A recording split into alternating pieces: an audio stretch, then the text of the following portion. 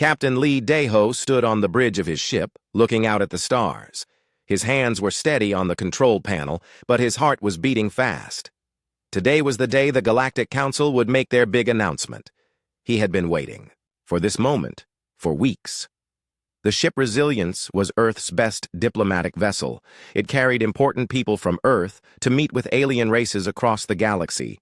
Lee Daeho had been its captain for 5 years. In all that time, he had never seen the aliens act so strange. "Captain," said Dr. Park So-jin, walking up behind him. She was Earth's best expert on alien cultures. Her job was to help humans understand how aliens think and act. "The council meeting starts in 1 hour. Ambassador Cho Hae-jin wants to see you." Lee Daeho nodded. "Any idea what this is about?" Dr. Park shook her head. "The aliens have been very quiet. Even the friendly ones won't talk to me. Something big is happening." They walked through the ship's corridors to the meeting room. The Resilience was not a big ship, but it was comfortable. Earth had built it to show other races that humans were peaceful but advanced. The walls were white and clean. Everything worked perfectly. Ambassador Cho Hae-jin was waiting for them. She was a small woman with sharp eyes. She had been Earth's voice in the Galactic Council for 10 years. She knew the aliens better than almost anyone. "Captain Doctor," she said, "thank you for coming. We need to talk about what might happen today." Lee Daeho sat down. "What do you know?" "Not enough," Cho Hae-jin said. "But I've been watching the patterns. The Vorthak Empire has been meeting with other races in secret. The Nexari have stopped, trading with smaller worlds. Something is coming. The Vorthak were the strongest race in the galaxy. They looked like giant lizards with 6 arms and sharp teeth. They controlled hundreds of worlds and had the biggest space fleet. The Nexari were different. They were made of living crystal and could think faster than any other race. Together, these 2 races controlled most of the Galactic Council. "What about our friends?" Dr. Park asked. "Surely some races will support us." Cho Hae-jin's face was grim. "That's what worries me. Even the races that used to be friendly are acting distant. It's like they know something we don't." An hour later, they were in the Great Council Chamber.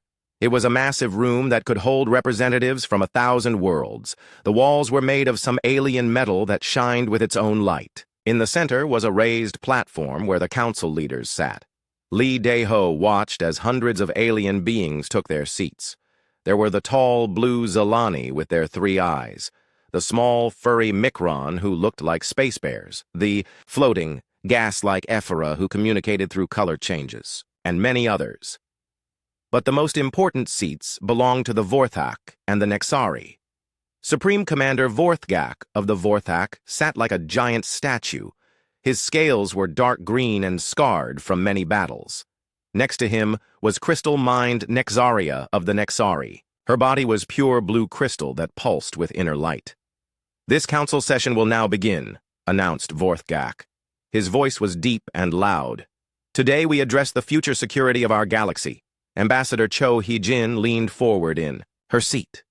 Lee Daeho could feel tension in the air. "For too long," Vorthgak continued, "we have allowed chaos to spread. Young races develop dangerous weapons. They start wars. They threaten the peace we have built." Crystal mind. Nexaria's body flashed with different colors as she spoke. A translator turned her light language into words. "The time has come for order. The time has come for the protection protocol." Lee Daeho didn't like the sound of that. He looked at Dr. Park, who was frowning. "What is the protection protocol?" asked a representative from the Micron race. Vorthgak stood up. He was huge, almost 3 meters tall. "All races with less than 500 years of space travel will surrender 70% of their military ships and weapons to the Council. They will also share all advanced technology with Council scientists." The room erupted in noise. Dozens of alien voices spoke at once in different languages. Lee Daeho felt his stomach drop. Humans had only been in space for 400 years. "This is for everyone's safety," Crystal Mind Nexaria added. "Young races are unpredictable. They cannot be trusted with powerful weapons." Ambassador Cho Hae-jin stood up. "I object to this proposal. Earth has never started a war with any council member. We have always been peaceful." Vorthgak's 6 eyes focused on her. "Humans are particularly dangerous. You breed fast. You adapt. Quickly. You create new weapons constantly. The Council has decided that Earth poses the greatest threat. That's not true, Cho Hyejin said loudly. We have helped many races. We share our medicine, our food, our knowledge. You also have the largest military buildup of any young race, said another Vorthok. Your Admiral Kim Woo-bin has been building more ships every year. Lee Dae-ho knew this was true, but there was a good reason. Earth's military leaders were worried about pirates and raiders in the outer systems. They needed ships to protect human colonies. Those ships are for defense only, Cho Hyejin argued. Crystal Mind Nexaria flashed red. Defense today, attack tomorrow. This is always the way with aggressive species. The debate went on for hours. Other young races tried to speak against the protocol. But Lee Dae-ho could see that the decision was already made. The most powerful races in the Council had decided. Everyone else would have to obey or face consequences. When the vote came, it was not close. The protocol passed by a huge margin. Only a few races voted against it. All affected races have 30 Earth days to comply, Vorthgak announced. Any race that refuses will be declared hostile to galactic peace. After the meeting, Ambassador Cho Hyejin rushed back to the Resilience. Lee Dae-ho and Dr. Park followed her. We have to warn Earth immediately, she said. This isn't about protection. It's about control. What do you mean? Lee Dae-ho asked. Think about it, Cho Hyejin said. They want our best weapons and ships. They want our technology. But they're keeping their own military strong. Once we're defenseless, what's to stop them from taking whatever they want? Dr. Park nodded slowly. The Vorthak have done this before. I've read the histories. They always make weaker races give up their weapons. Then they slowly take over. Lee Dae-ho started the emergency communication system. He needed to contact Admiral Kim Woo-bin on Earth right away. But when he tried to send the message, nothing happened. The communication array was being blocked. Captain, said his communications officer, all transmissions to Earth are being jammed. Lee Dae-ho felt cold. By who? Unknown, sir. But it's coming from multiple sources. Very powerful. Cho Hyejin closed her eyes. They planned this. They're not going to let us warn anyone. Suddenly, alarms started ringing throughout the ship. Lee Dae-ho ran to the bridge. On the main screen, he could see dozens of alien warships surrounding the Resilience. Most were Vorthak battle cruisers, but there were Nexari ships too. A message came through on the main communication channel. It was Supreme Commander Vorthgak. Captain, Lee Dae-ho of Earth, you will not return to your home system. You will not contact Earth. Your ship will remain here as our guest until your people comply with the protection protocol. This is unlawful detention, Lee Dae-ho replied. We are a diplomatic mission. You are now prisoners, Vorthgak said. Your race has 30 days to surrender their weapons. If they refuse, Earth will be pacified by force. The communication ended. Lee Dae-ho looked around at his crew. They were all humans, all far from home, all trapped. Captain, whispered Dr. Park, what are we going to do? Lee Dae-ho stared out at the alien warships. There were too many to fight, too many to escape from, but somehow Earth needed to know what was coming. We wait, he said quietly. We watch, and we hope that someone back home is smarter than these aliens think. But deep in his heart, Lee Dae-ho feared that Earth had only 30 days left to live. As a free world, the Galactic Council had shown its true face, and it was the face of a conqueror. Admiral Kim Woo-bin stood in the command center on Earth, staring at the star charts. 3 weeks had passed since the Resilience went silent. 3 weeks since they lost contact with Captain Lee Dae-ho and Ambassador Cho Hyejin. 3 weeks. To prepare for the worst, Admiral, said Captain Yoon Ji-woo, walking up behind him. She was in charge of Earth's civilian evacuation fleet. The Ark ships are ready. We can move 8 million people if we start now. Kim Woo-bin nodded. He was a tall man with gray hair and tired eyes. He had been preparing for this day for 20 years, ever since Earth first joined the Galactic Council. He never trusted the aliens completely. What about the others? He asked. Engineer Bae Min-ho says the hidden colonies can take another 12 million. Dr. Kang Soo-young's genetic labs are already packed and moving. We'll save as many as we can. The Admiral looked out the window at Earth's blue sky. It was a beautiful day. Children were playing in parks.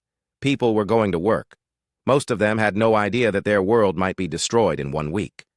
"Sir," said a young officer, "we're getting reports from our scout ships. A massive alien fleet is gathering at the edge of the solar system." Kim Woo-bin walked to the main display screen. It showed hundreds of red dots moving toward Earth. Each dot was an alien warship. There were more enemy ships than Earth had ever seen in one place. "How many?" he asked. "Over 2,000 ships, sir. Mostly Vorthak and Nexari.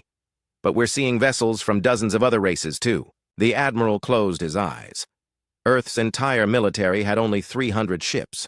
Most of them were small patrol vessels or cargo haulers with weapons attached. They had 15 real warships, and only 5 of those could fight a Vorthak battle. "Cruiser." "They're not here to accept our surrender," Kim Woo-bin said quietly. "They're here to make sure we can't fight back." Captain Yoon Ji-woo understood. The protection protocol was just an excuse. "They always planned to destroy us." The admiral nodded. He had suspected this from the beginning. The aliens had been too eager to accept humanity into the Galactic Council 50 years ago. They had been too interested in human technology and human worlds. Now he knew why. "Give the order," he said. "Operation Exodus begins now." Across Earth, secret signals went out. In hidden bunkers and underground facilities, people who had been waiting for this moment sprang into action. These were Earth's real defenders, not the official military that the aliens knew about, but the shadow fleet that had been building in secret for decades. Engineer Bae Min-ho was working in a factory, buried deep under the ocean. For 20 years, he had been designing ships that could carry millions of people to safety. The aliens knew about Earth's colony ships, but they didn't know about the Ark ships. The Ark ships were different. They were built to hide. They could turn invisible to most sensors. They could travel between stars without using the normal jump gates that the aliens watched. And they were fast. "How long do we have?" asked his assistant, Lee Tae-won. 6 days before they attack," Bae Min-ho replied. "Maybe less. We need to launch everything tonight." In another secret facility, Dr. Kang Soo-young was destroying her research notes. She was Earth's best genetic scientist. For the past 30 years, she had been working on a project that the aliens could never know about. The project was called Human Plus. Dr. Kang had found ways to make humans stronger, faster, and smarter. She had also found ways to help humans survive in space without life support for short periods. The aliens thought humans were weak. They had no idea what humans could become. "Doctor," said her assistant, Park Jun-ho, "the enhanced soldiers are ready for transport." Dr. Kang looked at the group of 50 men and women standing before her. They looked like normal humans, but they were much more. Their bones were stronger than steel. Their minds could process information like computers. Their blood could survive in near-vacuum conditions. "Remember," she told them, "you are not just soldiers. You are the future of humanity. Stay hidden. Learn everything you can. And when the time comes, show these aliens what humans can really do." Back in the command center, Admiral Kim Woo-bin was watching the evacuation begin. Across Earth, millions of people were quietly boarding ships. They didn't know where they were going. They just knew they had to leave their home to survive. "Sir," said Captain Yoon Ji-woo, "the first wave is launching. Destination, the Kepler colonies." The Admiral watched on the screen as invisible ships lifted off from hidden locations all over Earth. The aliens couldn't see them, but he could. 200 Ark ships, each carrying 40,000 people, heading for the edge of the galaxy where no one would look for them. "What about the military?" asked an officer. "We fight," Kim Woo-bin said simply. "Someone has to stay behind to make this look real. If the aliens think we're all dead, they won't look for the survivors." This was the hardest part of the plan. Half of Earth's military would stay behind to fight a hopeless battle. They would die to protect the secret of the evacuation. But their sacrifice would save millions of lives. "Admiral," said the communications officer, "we're getting a signal from the alien fleet. They want to talk." On the main screen appeared the face of Supreme Commander Vorthak. His 6 eyes glowed red with anger. "Humans of Earth," he said, "your time is up. You have not surrendered your weapons. You have not handed over your technology. You have chosen death." Admiral Kim Woo-bin stepped forward. "We are peaceful people. We only want to live free." Vorthak laughed. It was a horrible sound. Freedom is for the strong. You are weak. You will obey or you will die. Then we choose death, the Admiral said calmly. The alien commander looked surprised. You would sacrifice your entire species for pride? We would. Sacrifice ourselves for freedom, Kim Woo-bin replied. Something you would never understand. The communication ended. Within minutes, the alien fleet was moving toward Earth at full speed. All ships, Admiral Kim Woo-bin broadcast to his fleet. This is it. We may not survive this battle, but we will show these aliens that humans do not surrender.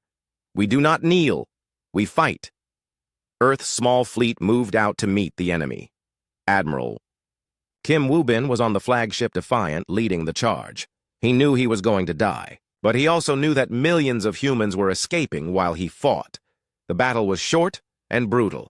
Earth's ships were brave, but they were outnumbered 10-1.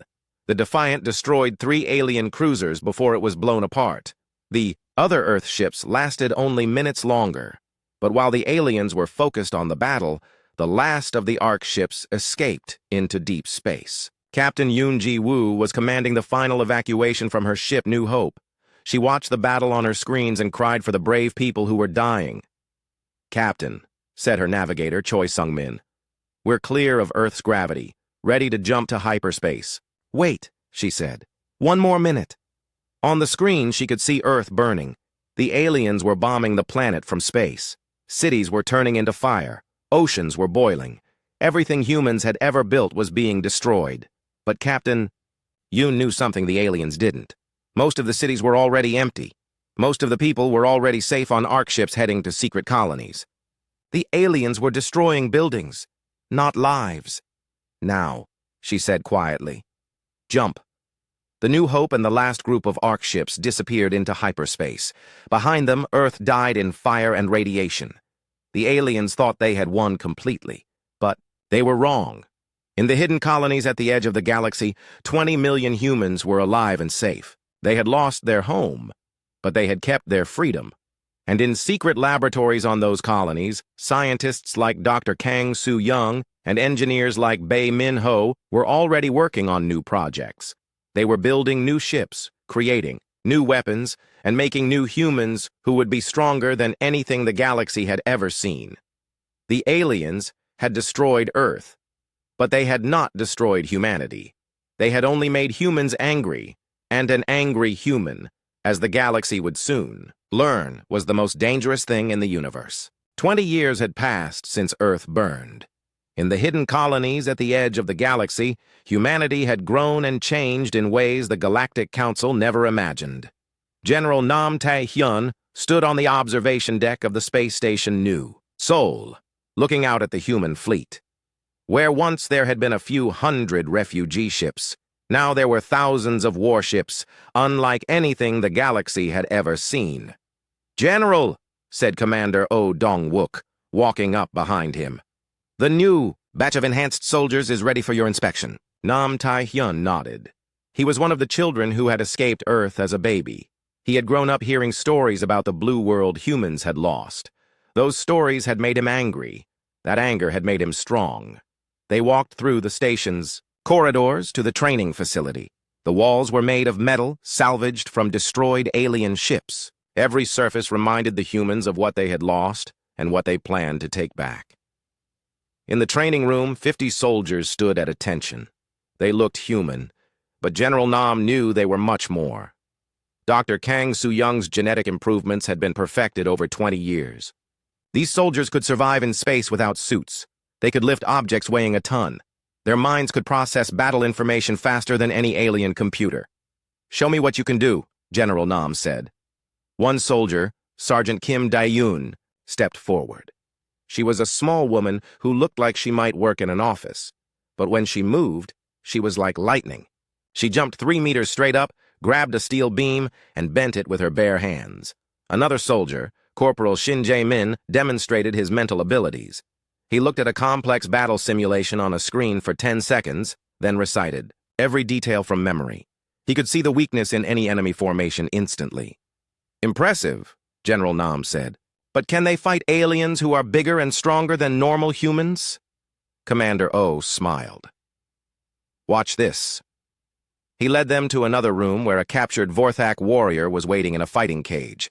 The alien was huge, over 3 meters tall with massive claws and teeth. It had been captured during a raid on an alien supply depot. "Volunteer?" Commander O asked. Private Lee Mi-young stepped forward. She was the smallest soldier in the group, barely 1.6 meters tall. The Vorthak warrior looked at her and laughed. The fight lasted 30 seconds.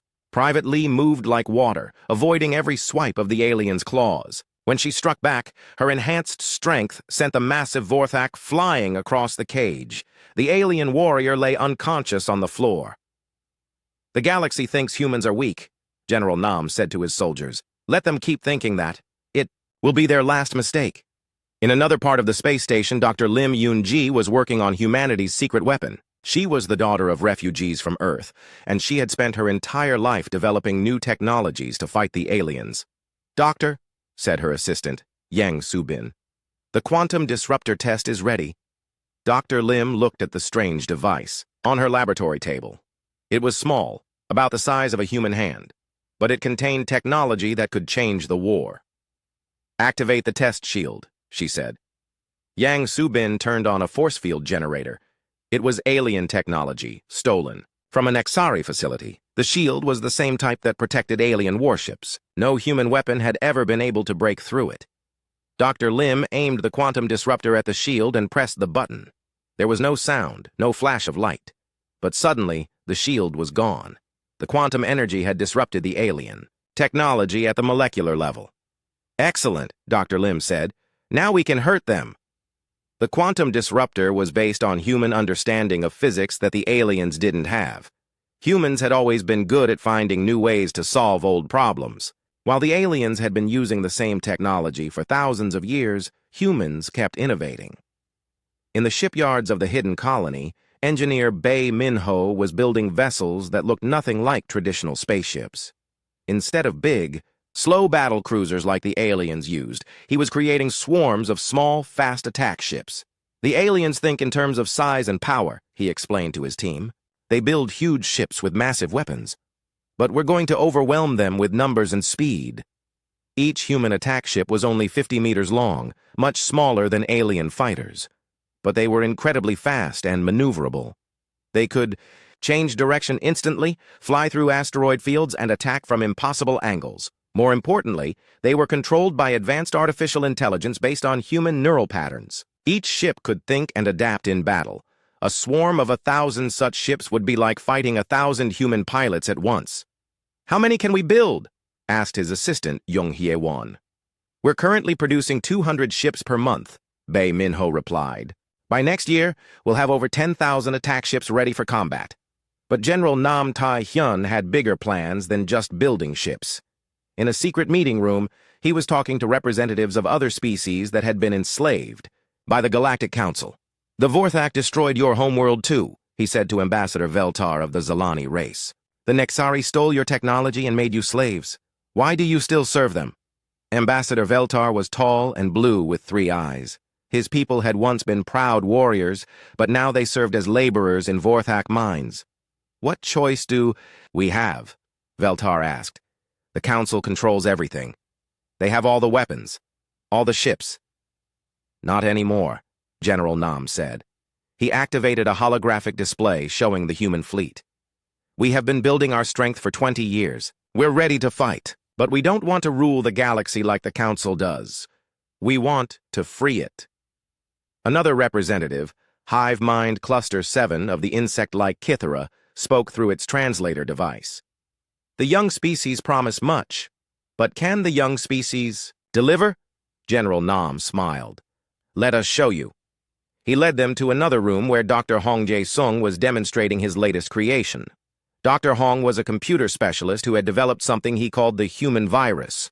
"This is not a biological virus," Dr. Hong explained. "It's a computer program that can infect alien networks. But unlike normal computer viruses, this one learns and adapts like a human mind." On the screen, he showed how the virus worked. When it infected an alien computer system, it didn't just steal information or cause damage. It actually rewrote the alien software to work for humans instead. "We've already tested it on captured alien ships," Dr. Hong said. The virus can take control of entire fleets and turn them against their former masters. Ambassador Veltar's three eyes widened with surprise. You can make Council ships fight for you? Better than that, Dr. Hong said. We can make them think they're still fighting for the Council while actually serving us. The enemy won't know. They've been compromised until it's too late. The alien representatives looked at each other with expressions that might have been hope. For the first time in decades, they were seeing a chance for freedom. What do you want from us? Asked Hivemind. Cluster 7. Information, General Nam replied. Tell us about Council ship movements, supply routes, military bases. Help us identify targets that will hurt the Council without harming innocent civilians. And in return? Veltar asked. In return, we give you your freedom. When this war is over, every species will be free to govern itself. No more Council, no more masters, no more slaves. The meeting continued for hours as they planned the first strikes against the Galactic Council. The humans had spent 20 years preparing for this moment. They had built new ships, enhanced their soldiers, developed impossible technologies, and found allies among the enslaved races. But General Nam knew that the real advantage humanity had was something the aliens could never understand. Humans fought not just for victory, but for an idea. They fought for the belief that all thinking beings deserved to be free. The aliens fought to maintain their power. Humans fought to destroy the very concept of that kind of power existing at all. When do we begin? Commander O Dong-wook asked after the alien representatives had left. General Nam looked out the window at the human fleet. Thousands of ships hung in space, ready for war. Millions of enhanced humans prepared for battle. Countless artificial intelligences waited for their orders to attack. Tomorrow, he said simply. Tomorrow we remind the galaxy what happens when you try to destroy humanity. The Galactic Council thought humans were extinct. They were about to learn that humanity had been reborn as something far more dangerous than they ever imagined. The first sign that something was wrong came from the Vorthak trade station at Kepler 442. Supreme Commander Vorthak was reviewing routine reports when his communication officer approached with confusion written across his scaled face. Sir, said Lieutenant Vorthmal, we've lost contact with Trading Post 7. Vorthak barely looked up. Equipment failure. Send a repair ship. That's just it, sir. We sent 3 repair ships. None of them came back. Now the Supreme Commander paid attention.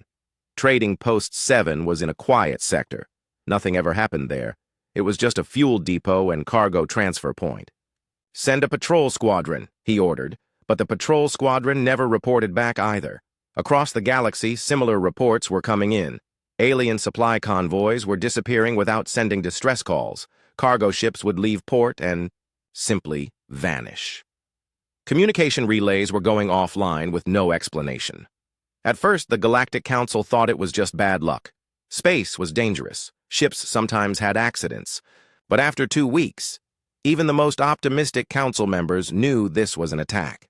The problem was that nobody could find the attackers. Admiral Shin Bo-ra commanded the human ghost fleet from her flagship Shadow of Earth. Her ships moved through space like invisible wolves, striking without warning and disappearing before the enemy could react. Target acquired, reported Captain Cha Young-soo from his stealth ship Silent Vengeance. Vorthak supply convoy, 12 cargo ships, 4 escorts. Confirmed, Admiral Shin replied. Begin attack. Captain Cha's ship was one of Engineer Bae Min-ho's new designs. It was small and fast, with quantum disruptor weapons that could punch through any alien shield. But more importantly, it was nearly invisible to alien sensors. The human attack ships moved like a school of fish, coordinating their assault through advanced AI systems. They struck the alien convoy from 6 different directions at once. The battle was over in minutes. But Captain Cha wasn't finished. He activated Dr. Hong Jae-sung's human virus and uploaded it into the alien communication systems. Within seconds, the virus had spread to every alien ship that tried to investigate the attack. Virus deployed, Captain Cha reported. The aliens won't know what hit them until it's too late.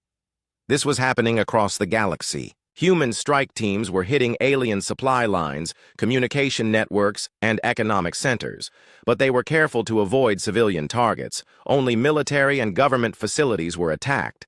The human virus was spreading through alien computer networks like wildfire.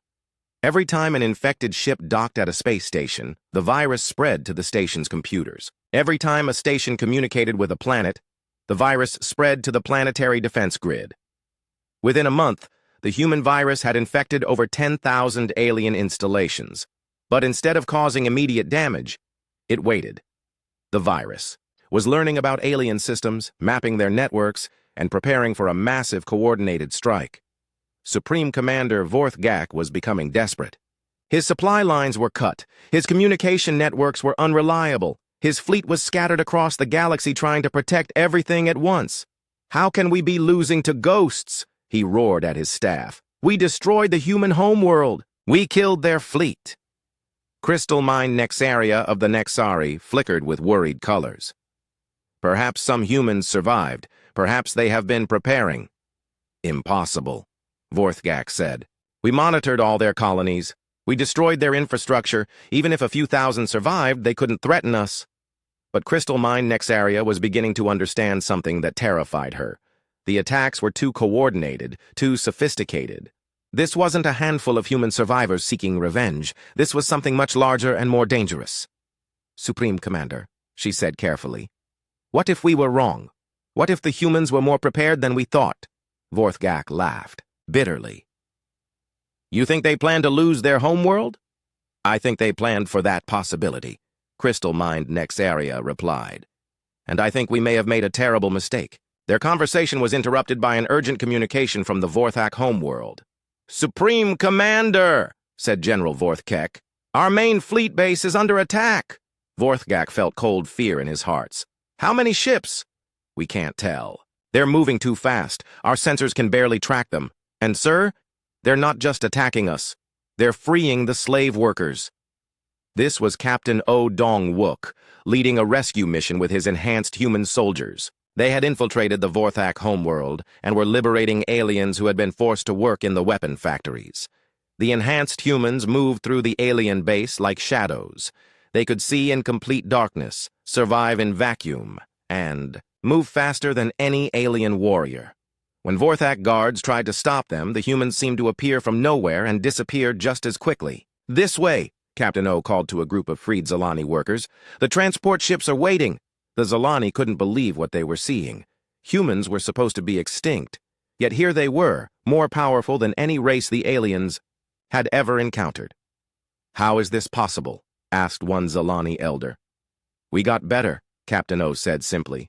While the rescue mission was happening on the surface, the human virus was activating in the planetary defense systems. Suddenly, the planet's own weapons began firing on Vorthak ships instead of the human attackers. "The defense grid has turned against us," reported a panicked Vorthak officer. Supreme Commander Vorthgak watched in horror as his own planet's weapons destroyed his fleet. Ships that had taken years to build were being obliterated by their own defensive systems. But the worst was yet to come. Dr. Hong Jae-sung activated the final phase of his virus from his command center in the human colonies. Across the galaxy, every infected alien system received the same signal at exactly the same time. Suddenly, alien communication networks went silent. Defense grids shut down. Supply databases were erased. Even the lights went out on thousands of alien worlds. "What's happening?" Crystal Mind Nexaria flashed desperately. "The humans have been inside our systems for months," said a Nexari technician. "The virus didn't just damage our computers. It took them over completely." In the chaos that followed, Admiral Shin Bo-ra revealed the true size of the human fleet. Thousands of ships that had been hiding in deep space suddenly appeared around major alien worlds. Not to attack civilians, but to demonstrate that humanity had returned. "Attention. Galactic Council," Admiral Shin broadcast on all frequencies. "This is Admiral Shin Bo-ra of the Human Liberation Fleet. 20 years ago, you tried to destroy our species. You failed. The transmission was being received on every alien world, every space station, every ship in the galaxy. For the first time in 20 years, humanity was speaking to its enemies. You thought we were weak," Admiral Shin continued. "You thought we were primitive. You thought you could eliminate us like insects. But you were wrong about everything." Supreme Commander Vorthgak tried to respond, but his communication systems were still controlled by the human virus. "We have Dismantled your supply networks, Admiral Shin said. We have freed your slaves. We have turned your own weapons against you. And this is just the beginning. The demonstration was perfectly timed. As Admiral Shin spoke, human ships appeared over Vorthak homeworlds, Nexari crystal gardens, and council meeting places. They didn't attack, but their presence was unmistakable. The aliens realized with growing horror that humanity had been preparing for this moment for 20 years. Every system they thought was secure had been compromised. Every secret they thought was safe had been discovered. You have one chance to avoid total war, Admiral Shin said. Surrender now. Dissolve the Galactic Council. Release all enslaved species. Return to your own worlds and never again try to conquer others. There was silence across the galaxy as the aliens tried to process what was happening. The species they had thought extinct was not only alive, but more powerful than ever. You have 24 hours to decide, Admiral Shin concluded. Choose wisely. We will not make this offer again. The communication ended, leaving the alien leaders in stunned silence. Crystal Mind Nex Aria flickered with colors of fear and confusion. What have we done? Supreme Commander Vorthgak looked at the reports from across his empire. Half his fleet was destroyed. His communication networks were compromised. His supply lines were cut. And somewhere in the darkness of space, thousands of human warships were waiting for his answer. For the first time in his life, the Supreme Commander of the Vorthak Empire was truly afraid. The humans had returned, and they were no longer the weak species that had begged for mercy 20 years ago. They had become something far more dangerous. They had become humanity's vengeance. The Great Council Chamber had never been so quiet. For the first time in 1,000 years, the representatives of the galaxy's most powerful races sat in silence, waiting for someone else to make the first move.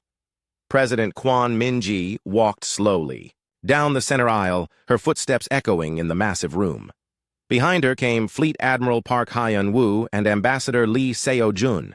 They were the first humans to enter the council chamber since Ambassador Cho Hye-jin had been taken prisoner 20 years ago. Every alien eye was focused on these three humans. They looked so small and ordinary compared to the giant Vorthak, or the crystalline Nexari. But everyone in the room knew that these simple-looking beings commanded the most powerful military force the galaxy had ever seen. President Quan was a middle-aged woman with kind eyes and a gentle voice. She had been elected by the human colonies to represent their species in whatever came next. She had lived through the destruction of Earth as a child. She remembered the fear, the anger, and the long years of exile. But she also remembered something else. She remembered what it felt like to be free. Honored representatives, President Quan said, her voice carrying clearly through the chamber. 20 years ago, you destroyed our homeworld. You scattered our people. You tried to wipe humanity from existence. Supreme Commander Vorthgak shifted uncomfortably in his seat. His 6 arms were bound by energy restraints.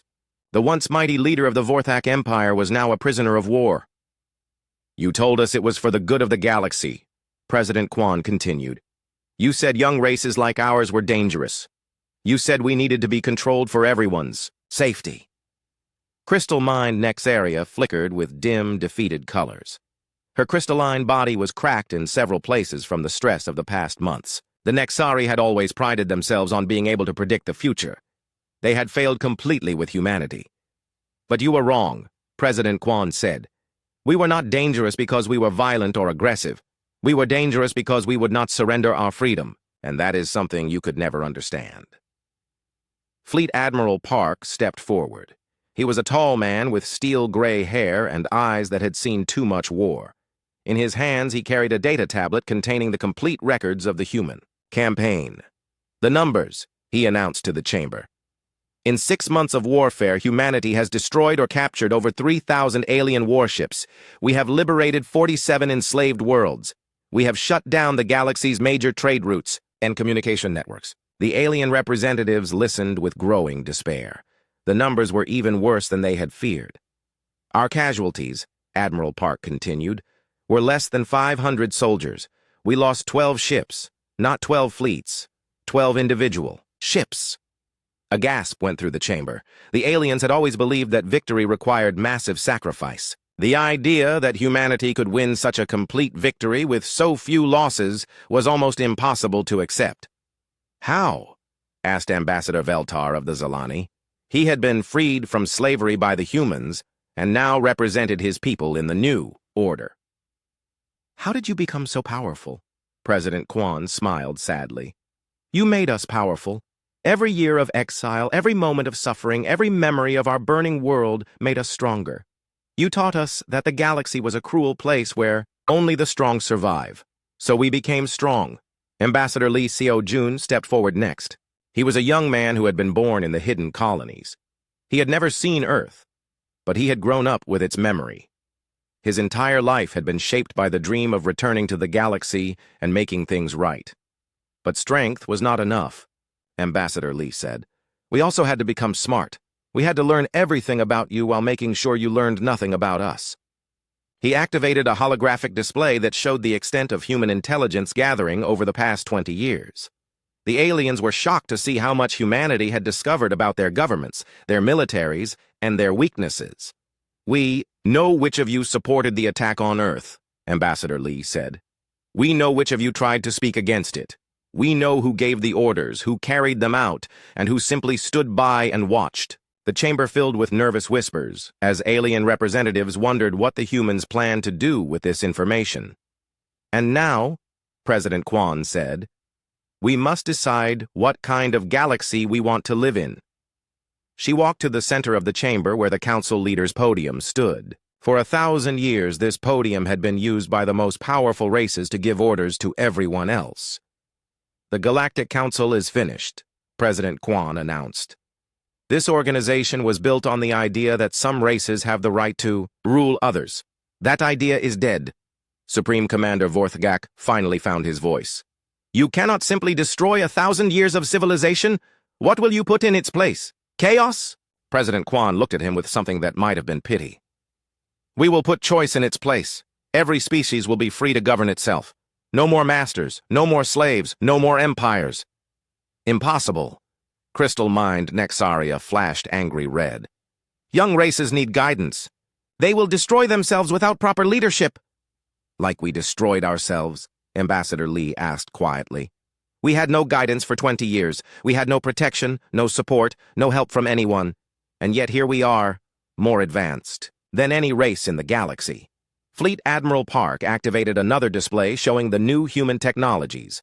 Quantum disruptors, intelligent swarm ships, genetic enhancements, computer viruses that could think and adapt. The aliens saw innovations they had never imagined. Human creativity was never the problem, Admiral Park said. The problem was that you were afraid of it. You were afraid that if we were allowed to grow and develop freely, we might become better than you.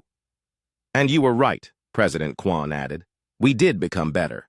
Not better at conquest or oppression. Better at cooperation, innovation, and protecting freedom. The alien representatives were beginning to understand that this wasn't just a military defeat. This was the complete collapse of their way of thinking about the galaxy. What about justice? Demanded General Vorthgak, one of the Vorthak military leaders. We are prisoners of war. We have rights. Ambassador Lee smiled coldly. The same rights you gave to the billions of beings you enslaved? The same justice you showed to the humans of Earth? That was different, Vorthgak protested. We were maintaining order. No, President Quan said firmly. You were maintaining your own power. And now that power is gone. She gestured to Fleet Admiral Park, who activated a final display. It showed the current positions of human fleets throughout the galaxy. There were ships near every major alien world, every important space station, every strategic location. We could destroy you completely, President Quan said. We have the power to do to your homeworlds what you did to Earth, but we won't. The aliens looked confused. Why would the humans show mercy to their destroyers? Because, Ambassador Lee explained, we are not you. We do not believe in genocide. We do not believe in ruling through fear. We believe in justice. President Quan walked to where Supreme Commander Vorthgak sat in his restraints. You and your closest allies will stand trial for war crimes. The evidence against you is overwhelming. You will face judgment from representatives of every race you have oppressed. Vorthagak's 6 eyes widened with fear. A trial by his former victims would be worse than a quick death. The rest of you, President Quan addressed the chamber, will return to your home worlds. You will dismantle your military fleets. You will release all enslaved populations. You will never again try to conquer or control other races. And if we refuse, asked one of the Nexari representatives. Fleet Admiral Park's expression hardened. Then you will discover that human mercy has limits. Threat was clear. Humanity had already demonstrated its ability to destroy alien fleets and liberate alien worlds. If the former council members chose to continue their old ways, the humans would stop them permanently. But we prefer cooperation to conquest, President Quan said. Any race that embraces freedom and equality will find humanity to be a good neighbor and trading partner. We offer friendship to all who want it. Ambassador Veltar of the Zalani stood up. The Zalani people accept these terms. We wish to be free and to live in peace with all races. One by one, other representatives began to stand and accept the new order. Some did it gladly, happy to be free from the council's oppression. Others did it reluctantly, knowing they had no choice. Within hours, the old Galactic Council had officially dissolved itself.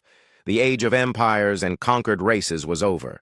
President Quan stood at the podium where Supreme Commander Vorthgak had once given orders to thousands of worlds. Today marks the beginning of a new age, she said. An age where every thinking being has the right to choose their own destiny. An age where strength serves justice, not the other way around. She looked around the chamber at the representatives of dozens of species, all now free to determine their own futures. Earth is gone, President Quan said quietly.